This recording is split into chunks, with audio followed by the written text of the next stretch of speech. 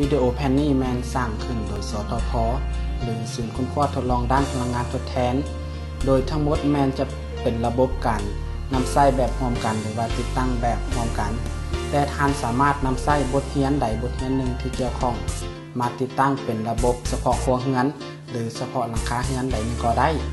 วิดีโอช่วยสอนแพนนี่แมนจะแบ่งออกเป็น2ส่วนใหญ่ส่วนทำอิฐแมนการติดตั้งเครื่องจักรไฟฟ้าน้ำหยอดส่วนที่2แมนการสร้างตะข่ายขนาดน้อยสำหรับการติดตั้งเครื่องจักรไฟฟ้าน้ำหยอดแมนจะแบ่งออกเป็น5บทที่1แมนการคิดไล่อัตราการไหลของน้ำบทที่2แมนการสร้างหางน้ำและท่อน้ำลงบทที่3แมนการปรับปรุงก่อสร้างโครงหางบทที่4แมนการติดตั้งเครื่องจักรไฟฟ้าน้ำหยอดบทที่5แมนการติดตั้งเครื่องควบคุมกระแสไฟฟ้าส่วนภาคส่วนที่2แมนการสร้างตานางขนาดน้อยซึ่งว่าจะประกอบมีบทที่6การประกอบเสาไฟฟ้า1จะมีการกำหนดจุด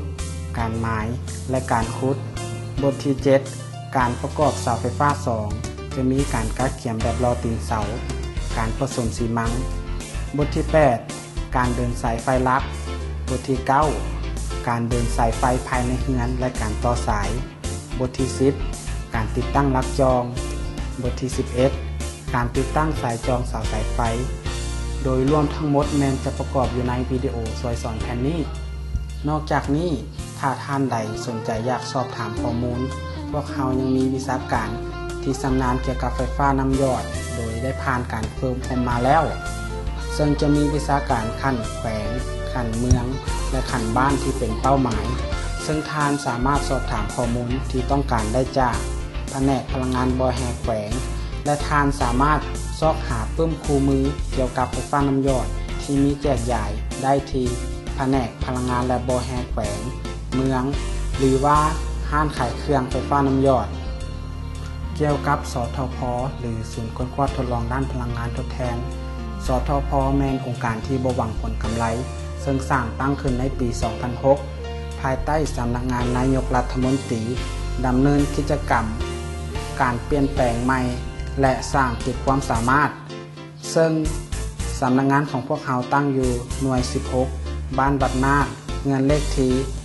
366 ถนนมิตรภาพลาวไทยเมืองศรีสัตนาคนครหลวงเวียงจันทน์หรือท่านสามารถติดต่อพวกเราได้ทางเบอร์โทรแฟกซ์และเว็บไซต์ตามข้อมูลดังนี้การปฏิเสธเนื่องจากว่าวิดีโอตัวอย่างเหล่านี้เป็นเพียงแต่ปุ่มคู่มือเท่านั้นสทพ.จะบ่รับผิดชอบใดๆต่อความเสียหายการบาดเจ็บหรือเหตุการณ์ที่บ่พึงปรารถนาอื่นที่เกิดจากการตีความหมายหรือการนำใช้ที่คลาดเคลื่อนของการติดตั้งระบบไฟฟ้าน้ำหยอดผู้นำใช้ควรเข้าใจที่ถูกต้องก่อนและควรเอาใจใส่ระมัดระวังเวลาการติดตั้งถ้าหากว่าเกิดข้อสงสัยหรือบ่เข้าใจ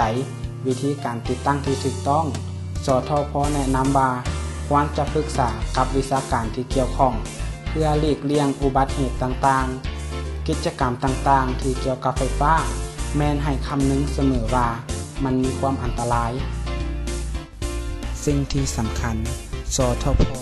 จะบ่อนุญาตให้ดัดแปลงส่วนใดส่วนหนึ่งที่อยู่ในวิดีโอช่วยสอนนี้ถ้าว่าจะมีการแก้ไขดัดแปลงแม้นจะต้องได้เห็นดีจากทางสทพ.ก่อน